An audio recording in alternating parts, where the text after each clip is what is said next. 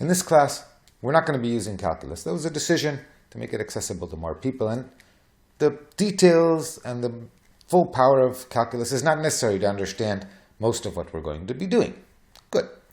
I also noted that it's not a coincidence that Isaac Newton, when he was inventing physics, was also inventing calculus. Calculus is the most natural language in which to couch many of the things we're doing, and I warmly recommend that you go and acquire an understanding of calculus. You will find that some of the things we're doing will feel much more natural.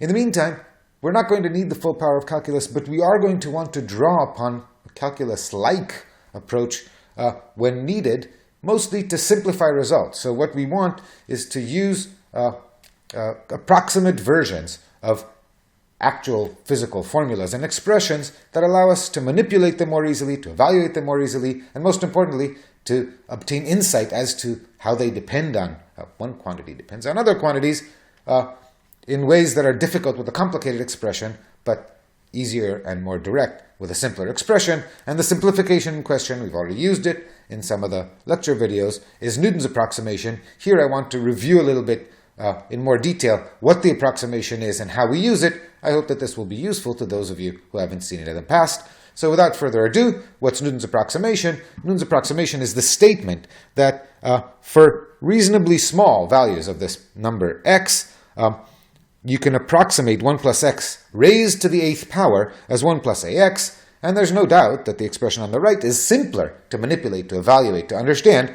than the expression on the left.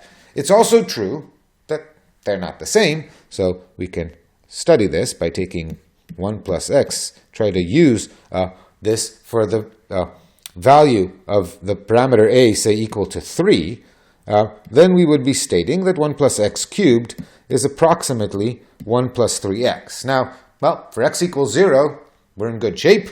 This is 1 cubed, which is 1. This is 1 plus 0, which is 1. We're in great shape. As x deviates from 1, the precise agreement will be violated, hence it's only an approximation. For example, if you plug in x equals to 1, you find here 1 plus 1 cubed is 2 cubed, which is 8. And on this side, you find 1 plus 3, which is 4.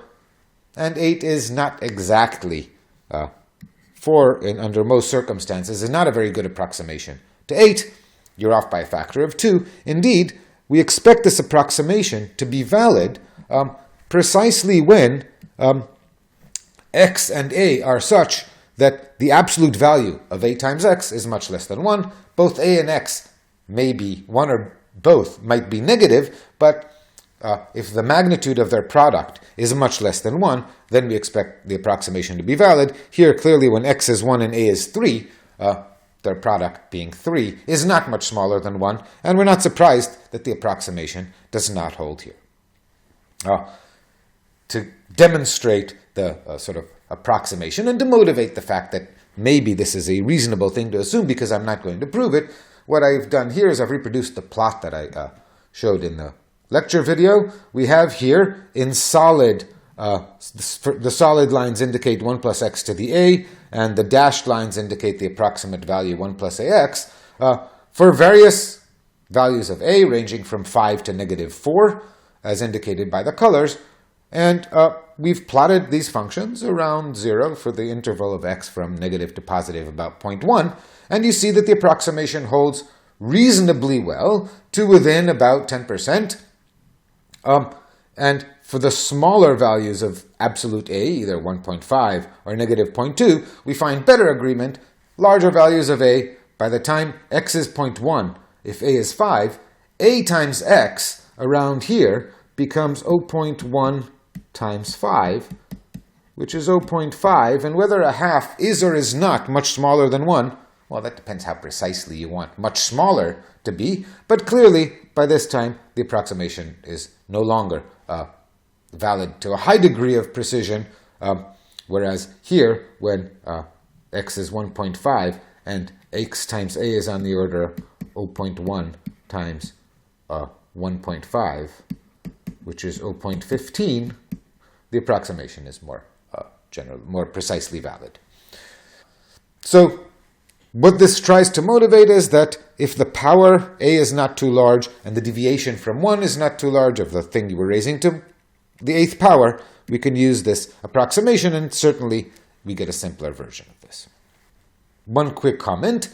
When we do physics, we're not always going to be presented with the quantities we want to approximate in exactly this form. Typically, in fact, we won't be. Typically, the thing to which we wish to apply Newton's approximation will be given to us in the form of the sum of two quantities raised to some power. The power might be -2, say, if you're doing Newton's law of gravity, and A and B are distances. Of course, A and B need to be two objects that we can add, so they have to be the same dimensions. Two masses, two distances, two energies, something like that.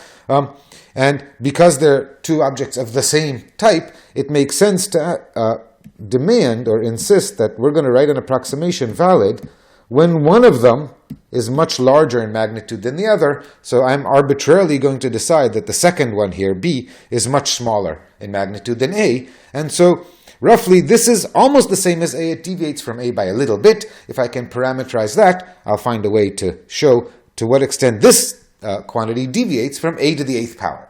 Right? So this is about A to the A. That's its value when B is 0. But not quite. I want to know how far, not exactly A to the A. B is not exactly 0. I want to know how far this deviates from A to the A. And the trick that I'm going to use is going to be Newton's approximation. The way I render this amenable to Newton's approximation is I write A plus B as A times 1 plus B to the A. This is simply pulling a factor of A out of the parentheses, and then I raise all this to the 8th power. And then I use the awesome power of algebra that tells me that this is A to the A times 1 plus B over A to the 8th power. And now, by my assumption, unless the power A is very large, this quantity here is exactly amenable to the use of Newton's approximation. B over A will play the role of x, and we can use Newton's approximation. Notice that indeed, when x is 0, I find A over A, and so this is about the same as A to the A times 1 plus B over A times A.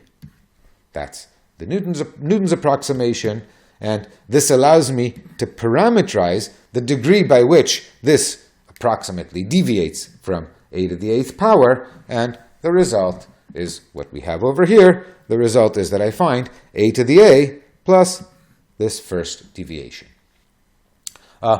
This is might be very handy for those who are not familiar or not comfortable with the algebra. This is the way we render the sum of a large and a small quantity. Remember, this was B was much smaller than A when we did this, amenable to the use of Newton's approximation. The last comment I need to make, of course, is that it's an approximation.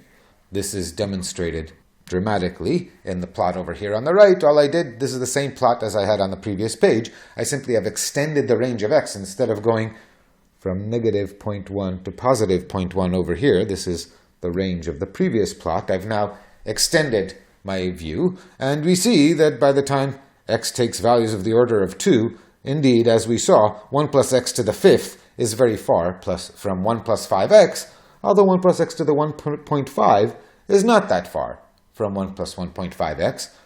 Smaller values of a, the approximation is valid to larger values of x. In general, we will apply this in regimes where it will be very strictly valid. You also note that while I extended it all the way to positive 2 on the right-hand side, I only went a little bit past x equals negative 0.5. Since I was taking 1 plus x to negative powers, I'll leave it to you to guess why it is that I did not want to extend this graph past value of x equals to negative 1. This should make it clear why I really am doing an approximation that is valid in the vicinity of x equals 0.